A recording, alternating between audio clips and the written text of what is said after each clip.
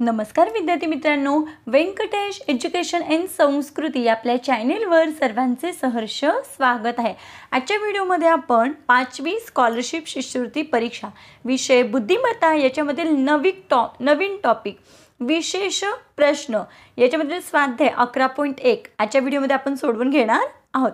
आता या घटकामध्ये काय आहे तर बघा, दैनंदिन व्यवहारामध्ये आपण अनेक वेळा वेगवेगळे निर्णय घेतो आणि घ्यावेच लागतात। काही वेळा आपण घेतलेला निर्णय योग्य आहे असं आपल्याला वाटतं, पण थोड्या वेळाने आपल्याला असं की नाही बाबा, माझा निर्णय चुकला तर नाही ना, मी दुसरा निर्णय घ्यायला पाहिजे होता का। म्हणजे आपलं काय होतं, विचारांमध्ये ताळमेळ बसत नाही, म्हणजे आपल्याला कन्फ्यूज होतो आपण। मग त्याच्यासाठी निर्णय घेताना सारासार विवेक बुद्धीचा वापर केला, आपल्या वागण्या बोलण्यात याचा अवलंब केला तर त्याचे परिणाम हितकारक ठरतात। निर्णय घेण्याच्या प्रक्रियेवर आपण जोपासलेली मूल्ये प्रभाव टाकत असतात, त्यामुळे हा घटक मूल्य शिक्षणाशी निगडीत आहे असे म्हणता येईल। या घटकामध्ये विद्यार्थ्यांच्या निर्णय घेण्याच्या क्षमतेची चाचणी घेतली जाते। चला आपण स्वाध्याय बघूया, म्हणजे आपल्या लक्षात येईल। व्हिडिओला सुरुवात करूया, पण त्याआधी नेहमीप्रमाणे व्हिडिओ आवडल्यास व्हिडिओला लाईक करा, आपल्या मित्रमैत्रिणींना शेअर करा, चॅनलवर नवीन असाल तर चॅनलला सबस्क्राईब करा। बघा इथे पहिला प्रश्न, तुम्ही गावी नातलगांकडे राहायला गेलात तर तुमची कोणती कृती योग्य ठरेल। गावचे घर पाहून नाक मुरडाल नाही असं आपण करायचं काय। जरी आपण शहरामध्ये असलो तरी गावातल्या घरामध्ये आपण आनंदाने राहिले पाहिजे, हो की नाही। असं नाक मुरडलं नाही पाहिजे, कारण मग पुढच्याला काय वाटेल याचा सुद्धा आपण विचार केला पाहिजे। आणि कोणतेही घर छोटं असो किंवा मोठं असू दे, ते घर आहे, घर हे आकारावर नाही ते तिथल्या माणसांवर अवलंबून असतो, हो की नाही। आनंद हा सगळ्यात महत्त्वाचा आहे। गावकऱ्यांची उद्धटपणे वागायला नाही हा सुद्धा संस्काराचा भाग येणार नाही।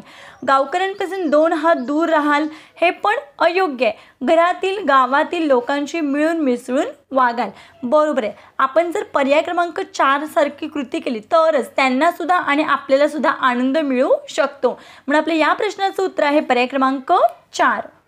पुढचा प्रश्न, आईने वाढलेल्या जेवणात तुम्हाला न आवडणारी पालेभाजी आहे तर तुम्ही काय कराल। जेवणाच्या ताटावरून उठाल हे चुकीचं आहे। पालेभाजी सोडून इतर पदार्थ खाल हे सुद्धा चुकीचं आहे।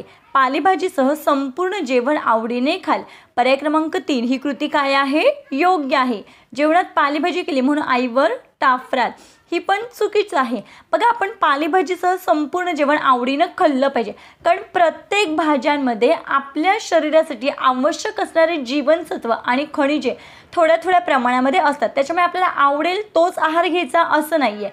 सगळा आहार आपल्या पोटामध्ये गेला पाहिजे तरच आपण तंदुरुस्त आणि स्ट्रॉंग होणार आहोत, म्हणून मी इथे पर्याय क्रमांक 3 ही कृती योग्य ठरेल। पुढचा प्रश्न बघा, तुमचा पाळीव कुत्रा तुम्हाला विव्हळताना दिसला, यावेळी तुम्ही काय कराल। कुत्र्याला एका खोलीत कोंडून ठेवाल हे चुकीचं आहे। कुत्र्याकडे दुर्लक्ष करा हे पण चुकीचं आहे। कुत्र्याला प्राण्यांच्या डॉक्टरांकडे घेऊन जाल ही कृती योग्य आहे। कुत्र्याला दूर कुठेतरी सोडून याल हे सुद्धा अयोग्य आहे। आपण काय केलं पाहिजे, आपण पाळलेला कुत्रा आहे, मग ज्यावेळेस तो चांगला असतो त्यावेळेस तो आपल्या घराचं रक्षण करतो, मग आता जर त्याला त्रास होते तर आपण त्याला काय केलं पाहिजे, प्राण्यांच्या डॉक्टरांकडे घेऊन त्याच्यावर इलाज केला पाहिजे, त्यामुळे त्याच्या वेदना कमी होतील, म्हणजे त्याला सुद्धा आराम वाटेल। आणि भूतदया ही सगळ्यात महत्त्वाची आहे, कारण आपण प्राणीमात्रांवर दया केली पाहिजे, म्हणून ते पर्याय क्रमांक 3 मधली कृती योग्य ठरेल। पुढचा प्रश्न, तुमच्या मित्रमंडळींच्या गटात तिथे उपस्थित नसलेल्या आणखी एका मित्राची निंदा सुरू आहे, तुम्ही काय कराल। सगळ्यात महत्त्वाचं म्हणजे निंदा करणं हे चुकीचंच आहे। मित्रांच्या गप्पांमध्ये सहभागी होऊन त्या मित्राची निंदा कराल हे चुकीचं आहे।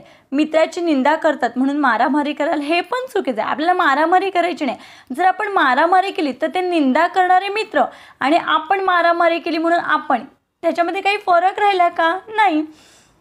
गुपचूप जाऊन त्या मित्राला कागाळी कराल हे पण चुकीचं आहे, कारण ही सुद्धा एक प्रकारे निंदाच झाली।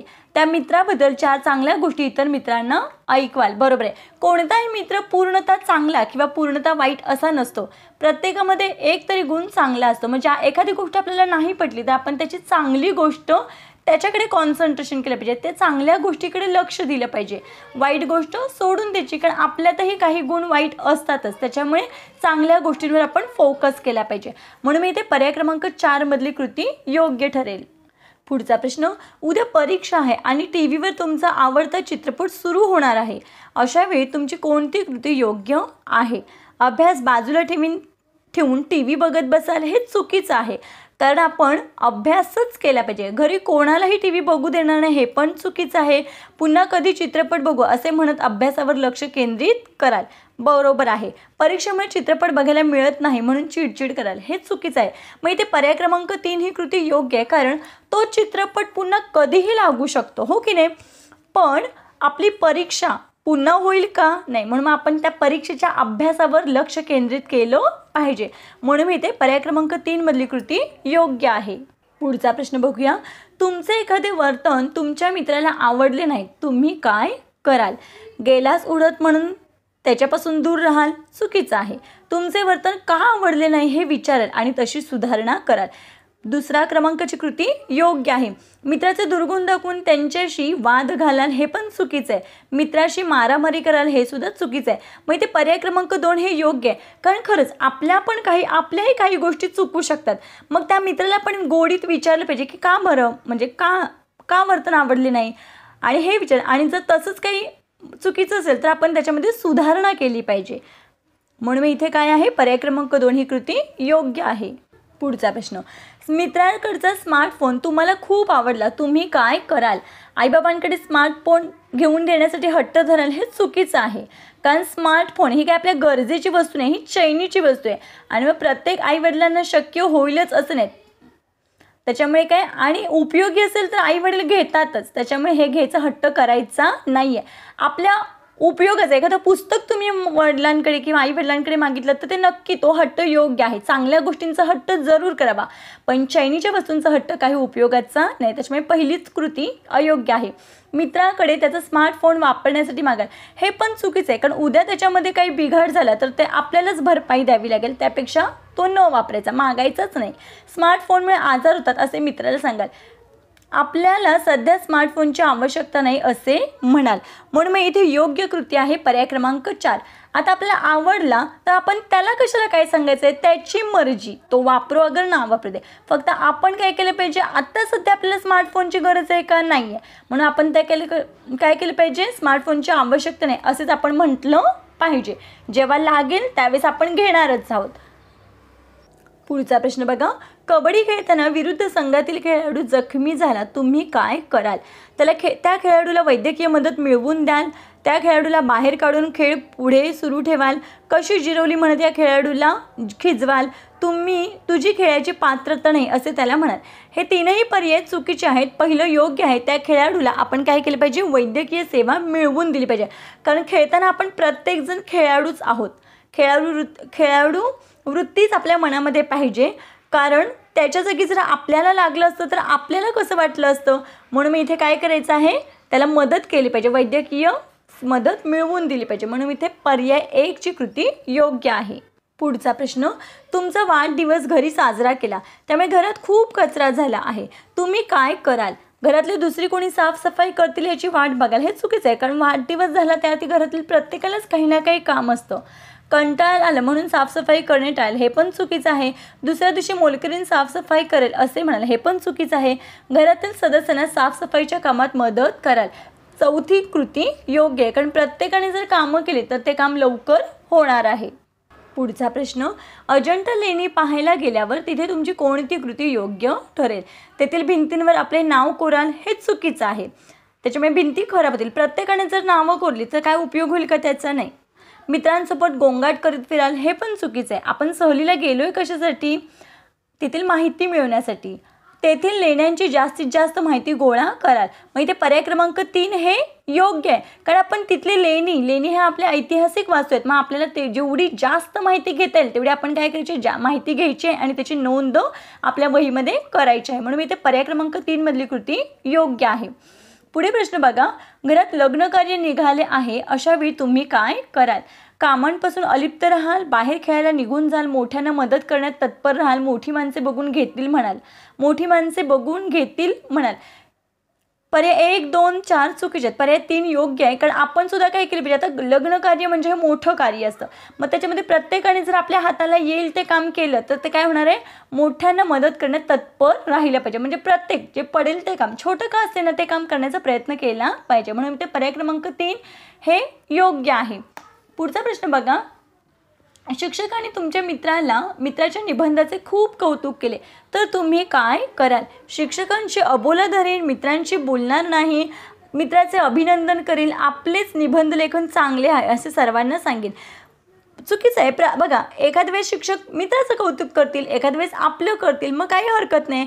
खरंच मित्राचा निबंध छान आहे म्हणून त्याला कौतुक केलं असेल, म्हणून मी ते काय मित्राचे अभिनंदन कर, म्हणून आपण मित्राचं अभिनंदनसुद्धा आपल्याला करता आलं पाहिजे.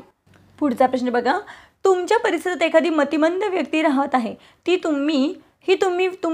ही व्यक्ती तुमच्यासमोर आल्यावर तुम्ही काय प्रतिक्रिया द्याल? तिला वेडा म्हणून चिडवाल, तिला घाबरून दूर पळाल, तिच्यावर हात उगारून तिला भीती दाखवाल, तिच्याशी प्रेमळपणे वागाल.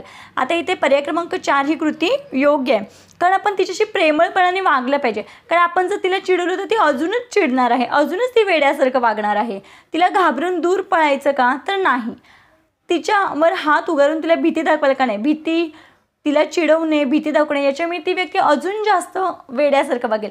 त्यापेक्षा आपण तिला प्रेमाने वागलं पाहिजे, तिला समजलं पाहिजे, कदाचित तिच्यामध्ये सुधारणा होऊ शकते. पुढचा प्रश्न बघा, रेल्वे स्टेशनवर एखादे 5-6 वर्षाचे मूल एकटेच कावरेबावरे होऊन फिरताना तुम्ही पाहिले, तुम्ही काय कराल?